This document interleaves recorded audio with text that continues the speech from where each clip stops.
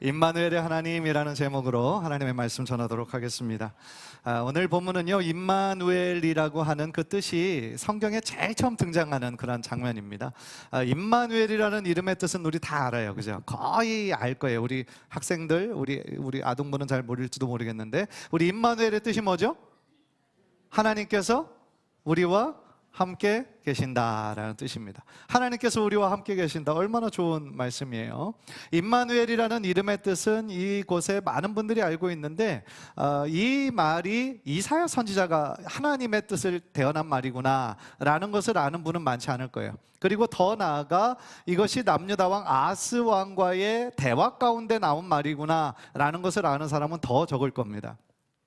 그런데 성경은요, 반드시 문맥 속에서 이해돼야 합니다. 그 말은 문맥을 무시하고 어떤 한두 구절만 딱 떼어서 그 말씀을 이해하게 되면 우리가 자꾸 오해하게 되고 곡해하게 되는 경우가 있다라는 거예요. 그래서 심지어 하나님의 원래 뜻과는 반대되는 뜻을 마치 나에게 주신 하나님의 말씀으로 받고 적용할 때도 있습니다. 그것은 옳지 않다라는 거예요. 그런 면에서요, 오늘 본문은 이 문맥을 잘 알아야 이 말씀의 더 큰 은혜를 우리가 받을 수 있다라는 거죠. 사실 오늘 본문에 이 말씀이 주어진 상황을 좀 지도를 보면서 제가 좀 설명을 드리기 원하는데요.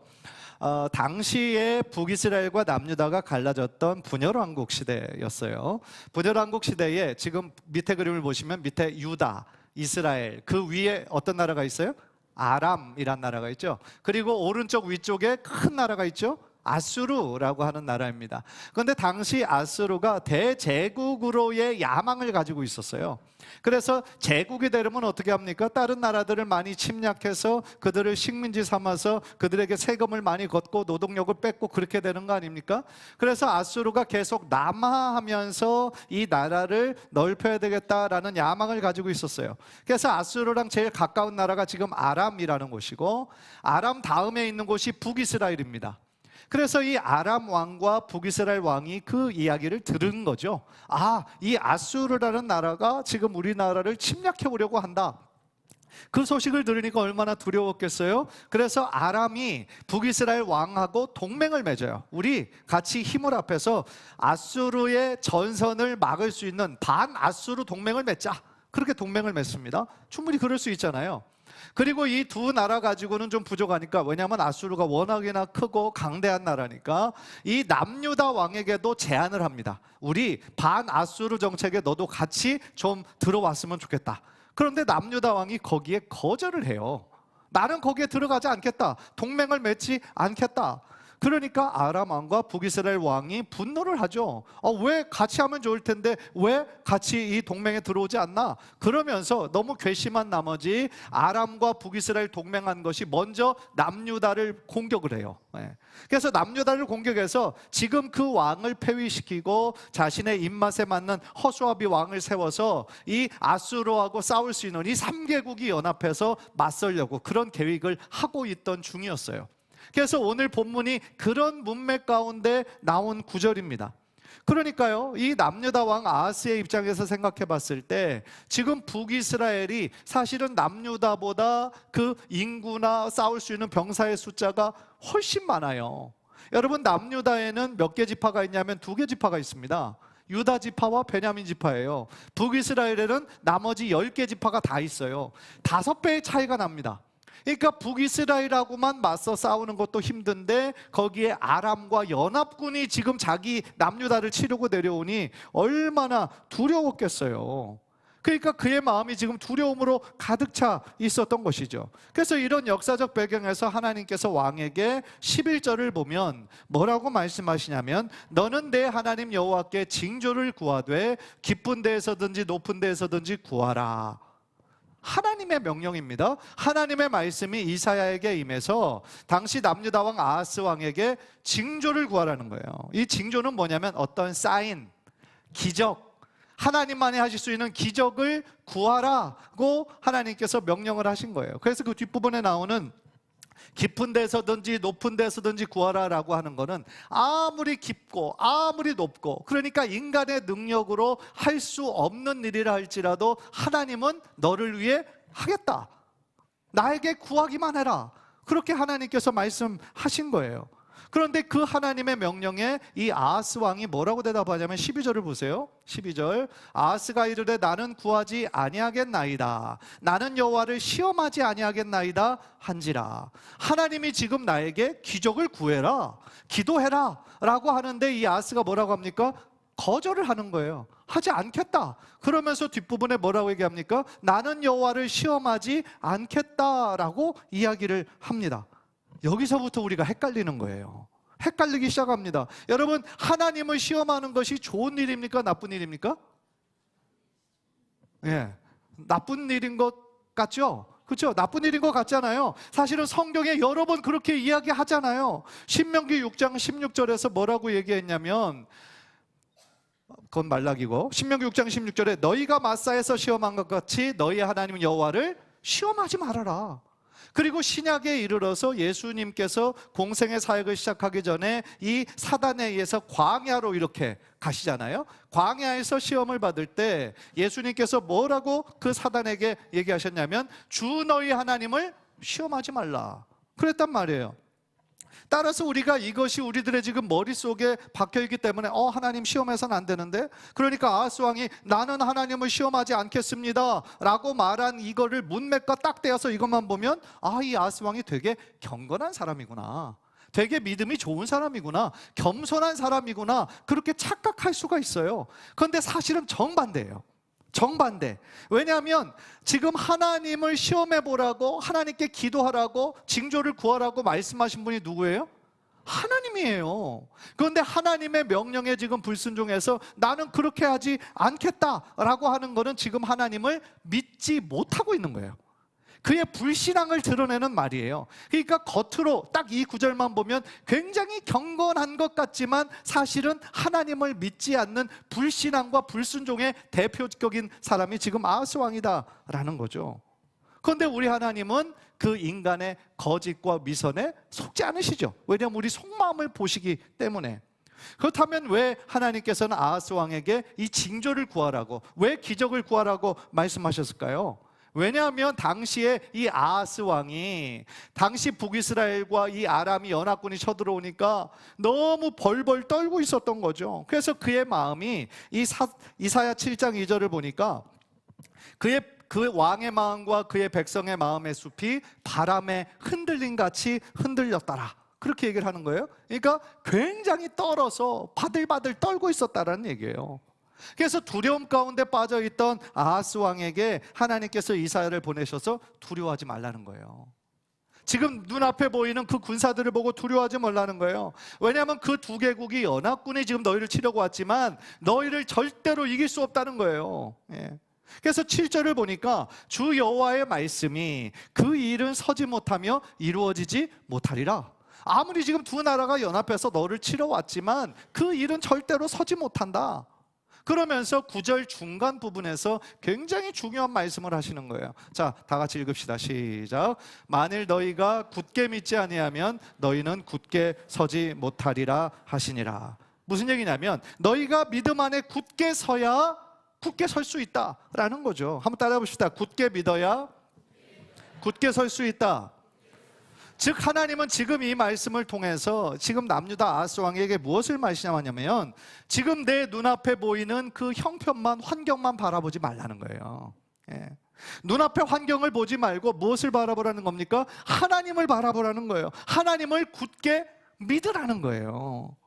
사실 환경과 상황을 보면 우리들의 마음이 흔들릴 수밖에 없죠. 사실 이 자리에 계신 거의 대부분 저를 포함해서 흔들려요. 눈에 보이는 환경과 상황에 따라 우리들의 마음이 좋아지기도 하고 막 낙심되기도 하고 다 그렇다 이 말이죠. 왜냐하면 우리들의 마음에 하나님을 믿으면서도 하나님께서 이 일을 또한 어떻게 이루실 것인지 확실히 믿는 믿음이 없기 때문에 그런 거거든요. 따라서 하나님께서 아하스 왕에게 징조를 구하라고 명령하신 것은 당시 아하스 왕의 마음의 상태를 보니까 이 믿음이 없어요.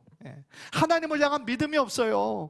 그러니까 이 기적과 증거를 보여주심으로써 이 아하스의 마음을 굳게 하려고, 믿음을 주시려고 하나님을 시험해 보라고 이렇게 말씀하셨다라는 거죠. 사실은 성경 전체에서 하나님께서 나를 시험해봐라 한 구절은 한 두 군데밖에 없어요. 예외적인 경우라는 겁니다. 그래서 대표적인 예가 기드온의 경우예요. 기드온이 하나님께서 자신을 사사로 부르셔서 미디안의 그 군대를 이길 수 있는 그 사사로 부르셨는데, 당시 기드온이 믿음이 별로 없었어요. 그래서 하나님의 부르심이 맞는 것인지 확인해 보기를 원했습니다. 그래서 뭐를 가지고 시험을 하죠? 양털 가지고 시험을 하죠. 그래서 이슬이 정말 많이 내리는 그 아침에 첫 번째는 이렇게 얘기하죠. 양털만 적게 해주십시오. 그러니까 땅은 마르고 양털만 적게 해주시면 내가 하나님의 그것을 믿겠습니다. 그래서 다음날 아침에 일어나 보니까 이 양털을 손으로 짜보니까 물이 쫙 나왔다 그랬어요. 그러니까 이슬이 가득 내렸는데 땅은 안 내리고 양털에만 있어요. 하나님의 기적이죠. 그런데 이것으로 기드온은 그것으로 확실해하지 못하고 다시 반대되는 이야기를 하죠. 이제 똑같이 내가 이 양털을 대지 위에 둘 텐데 이번에는 이 대지에만 그 이슬이 가득하고 이 양털은 바짝 마르게 해주세요. 그렇게 기도했을 때 하나님은 거기에도 또 그대로 응답해 주셨죠. 물론 이 기드온이 하나님을 시험하지 않고 하나님의 명령에 그냥 처음부터 순종했으면 더 좋았겠지만 당시 기드온의 믿음이 충분하지가 않았어요. 그래서 이처럼 하나님을 시험하면서 더 큰 확신을 갖기를 원했다라는 거죠. 그런데 하나님은 기꺼이 그 일을 허락하셨어요. 그러니까 이 사건을 통하여 우리가 배우는 것이 무엇입니까? 하나님은요, 우리의 믿음이 연약하고 부족한 것을 알고 계세요. 다 알고 계세요. 그리고 우리가 하나님을 향한 굳건한 믿음이 생길 수 있도록 하나님은 도와주시는 분이세요. 도와주시고 우리가 그런 믿음이 생길 수 있도록 기다려주시는 분이세요. 그분이 바로 우리 하나님이세요. 하나님께서 또 예외적으로 자신을 시험해봐라 말씀하신 구절이 또 한 구절이 있어요. 말라기 3장 10절이에요. 말라기 3장 10절 제가 한번 읽을게요. 만군의 여호와가 이르노라 너희의 온전한 11조를 창고에 들여 나의 집에 양식이 있게 하고 그것으로 나를 시험하여 내가 하늘문을 열고 너희에게 복을 쌓을 곳이 없도록 붙지 아니하나 보라. 이 구절에도 역시 예외적으로 나를 시험해보라 라고 말씀하세요. 온전한 11조를 들여 나를 시험해봐라. 뭐를 시험해요? 내가 하늘문을 열고 너희에게 복을 쌓을 곳이 없도록 붙는지 붙지 아니하는지 시험해보라 말씀하시는 거예요. 그러니까 이 말씀은 뭡니까? 온전한 11조를 하나님께 드리는 자에게 내가 반드시 하늘의 축복으로 가득 채워주겠다라는 하나님의 약속의 말씀인 거죠. 따라서 우리가 기억해야 되는 건 뭐냐면 성경에 예외적으로 하나님이 자신을 시험하는 경우를 허락하신 적이 있는데 그때는 하나님께서 우리에게 특별한 어떤 믿음과 확신을 갖기를 원하시는 하나님의 강한 마음을 표현하실 때 그런 표현을 쓰신 것이죠. 그래서 오늘 본문에 나온 이 아하스에게도 하나님의 기적을 구하라, 나를 시험해봐라 라고 얘기한 것은 굉장히 예외적인 경우였지만 그것을 통하여 이 남유다왕 아하스가 눈에 보이는 어떤 환경과 상황에 따라 흔들리지 말고 하나님을 의지하기를 하나님은 원하셨다라는 것이죠. 그런데 이 아하스 왕은 뭐라고 그랬어요? 나는 하나님을 시험하지 않겠습니다 라고 거절했던 거예요. 그러니까 아하스의 마음에는요, 왜 그랬냐면 아수르를 의지하고 있었어요. 그러니까 아까 제일 처음에 지도 보여준 거 기억나십니까? 아수르가 지금 자꾸 아람과 북이스라엘과 남유다를 치려고 해서 아람과 북이스라엘이 연합을 했다고 그랬잖아요. 그래서 이 남유다를 이 북이스라엘과 아람이 먼저 쳐들어온 것이 바로 이 아수르 반 정책을 하려고 하는 건데 이 남유다는 이 상황 가운데 아수르를 의지한 거예요. 그러니까 엄청나게 이게 실수를 범하고 있는 거죠. 그러니까 하나님께서는 지금 아하스 왕에게 이사야 선지자를 보내면서 뭐라고 말씀하고 싶으신 거냐면 아수르를 의지하면 절대로 안 된다. 아수르를 의지하지 말고 나를 의지해야 된다. 하나님을 의지해야 된다 라고 명령하시는 건데 이 아하스 왕은 이미 자기가 할 수 있는 인간적인 방법을 다 한 거예요. 아수르에게 돈도 엄청 준 거고 아수르가 이 자신을 도와서 전쟁에 참여할 것이 다 약속이 돼 있었던 거예요. 그러니까 이 이사야의 명령에도 거절을 한 것이죠. 자기가 하나님의 징조를 구해서 하나님이 놀라운 징조를 보여주셨다고 한다면 하나님께 순종해야 되잖아요. 그런데 이미 그의 마음이 하나님을 선택한 것이 아니라 아수르를 선택했기 때문인 거죠. 사랑하는 성도 여러분, 그렇다면 누가 믿음의 사람입니까? 하나님을 시험하라고 그대로 전달한 이사야입니까? 아니면 하나님의 명령을 받아들이지 않고 나는 하나님을 시험하지 않겠습니다 라고 이야기했던 아하스 왕입니까? 누가 하나님의 사람인 거예요? 이사야 선지자인 거죠. 따라서 하나님이 징조를 구하라고 명령하셨다면 그것은 오직 의지할 분은 하나님밖에 없다라는 것을 가르쳐 주시기 위한 하나님의 뜻이었다라는 거죠. 그러니까 이런 배경에서 하나님은 지금 징조를 구하라라고 명령하셨는데 아하스 왕이 나는 징조를 구하지 않겠다라고 거절을 하니까 하나님께서 하나님의 특별한 징조를 주세요. 그게 바로 우리가 읽었던 그 14절 말씀인 거죠. 메시아 탄생의 예언을 주시는 거예요. 아하스는 하나님의 징조를 거역했지만 하나님은 친히 징조를 주셔서 앞으로 처녀가 잉태하여 아들을 낳을 것이다 라는 놀라운 예언을 주시는 거죠. 그리고 그 아들의 이름이 임마누엘이라 불리게 될 것이다 라는 것이죠. 그리고 그 이사야의 예언은 그로부터 700년이 지난 이후에 마태복음 1장 18절에서 그대로 성취가 되었다라는 거죠. 한번 다 같이 읽읍시다. 시작. 예수 그리스도의 나심은 이러하니라. 그의 어머니 마리아가 요셉과 약혼하고 동거하기 전에 성령으로 잉태된 것이 나타났더니. 아멘. 임마누엘은 아까 무슨 뜻이라고 그랬어요? 하나님께서 우리와 함께 계신다라는 거죠. 그러니까 하나님께서 이스라엘의 구원자가 된다라는 것을 믿지 못했던 아하스 왕에게 하나님은 오히려 더 큰 징조를 보여주시는 거죠. 모든 인류를 사망에서 건지실 메시아가 오신다. 그 예고해 주신 거죠. 따라서 죄인된 우리와 함께 하시려고, 우리를 구원하시려고 하나님은 자신의 사랑하는 아들 독생자 예수를 이 땅 가운데 보내셔서 우리와 언제나 함께하게 하셨다라는 거죠.